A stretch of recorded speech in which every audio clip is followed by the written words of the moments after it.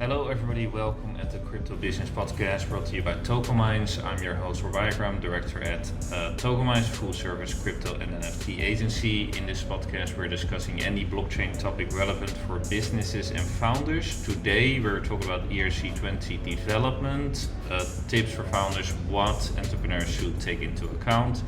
I have with me today Josh, who's a veteran blockchain development manager. Welcome, Josh. Thank you, Rob. Thanks for having me again. You're welcome. Thank you for being here. Let's start with the first question. What is an ERC20 smart contract? So an ERC20 is actually a technical standard. It is used for all smart contracts on the Ethereum blockchain, specifically for token implementation. So basically, the standard provides a list of rules that all Ethereum-based tokens must follow. Majority of the tokens these days are already based or compliant with the ERC20 token standard.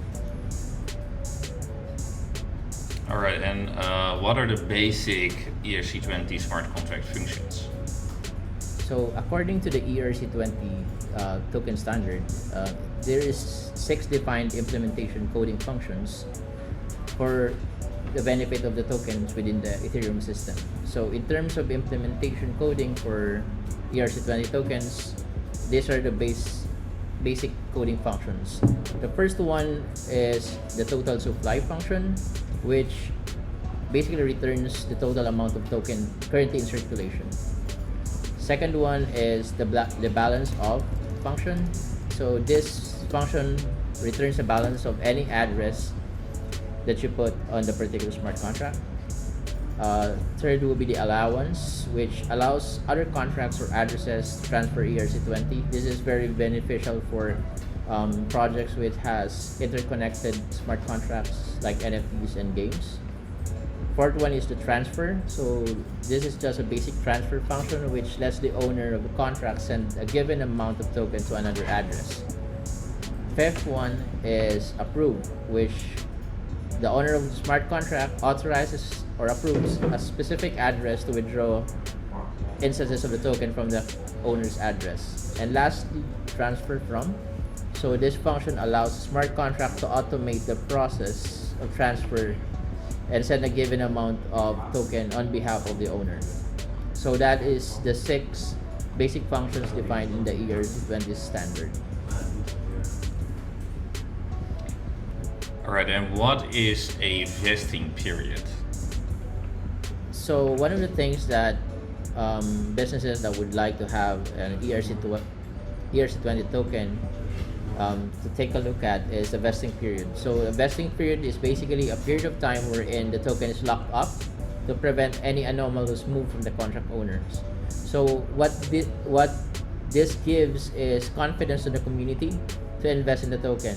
There's a lot of rug pulls going on in the community, and then most of the smart investors in this particular ecosystem would always see the vesting period and the vesting contract before investing their own investing in a specific ERC20 token. And can you tell us a little bit more about the ERC20 testing process? So when the token smart contract is developed, and in some cases a vesting contract is also ready, the smart contracts are deployed in testnet and it's being tested for any potential errors. So basically we do testing for all of the six functions that I mentioned a while ago, and then make sure that there is no any potential errors in this particular smart contract. And would you recommend like a third-party audit? Can you tell us a little bit more about that? Yeah, so after this internal development testing mentioned a while ago is done, we always advise to conduct a third-party audit. This is to make sure that the smart contract is secure and free of any security issues. It is not technically mandatory, but it will be best for the best interest of the contract owner to do a third-party auditing. And what can you tell us about the Mainnet deployment? So after all the testing and audit is done, basically what is left is to launch the ERC20 token to the Ethereum mainnet. So the token launch is scheduled then. The vesting period starts and triggered after that, and after this launch, the owner can already apply for their in DEXs or for their ICO or IDO. So basically that's Alright. everything about ERC20 token.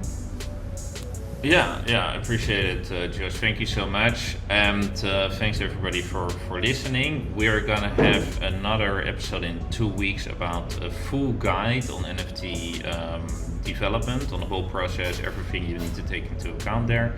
So until then, and for now, thank you, Joyce, for participating. Thank you, guys.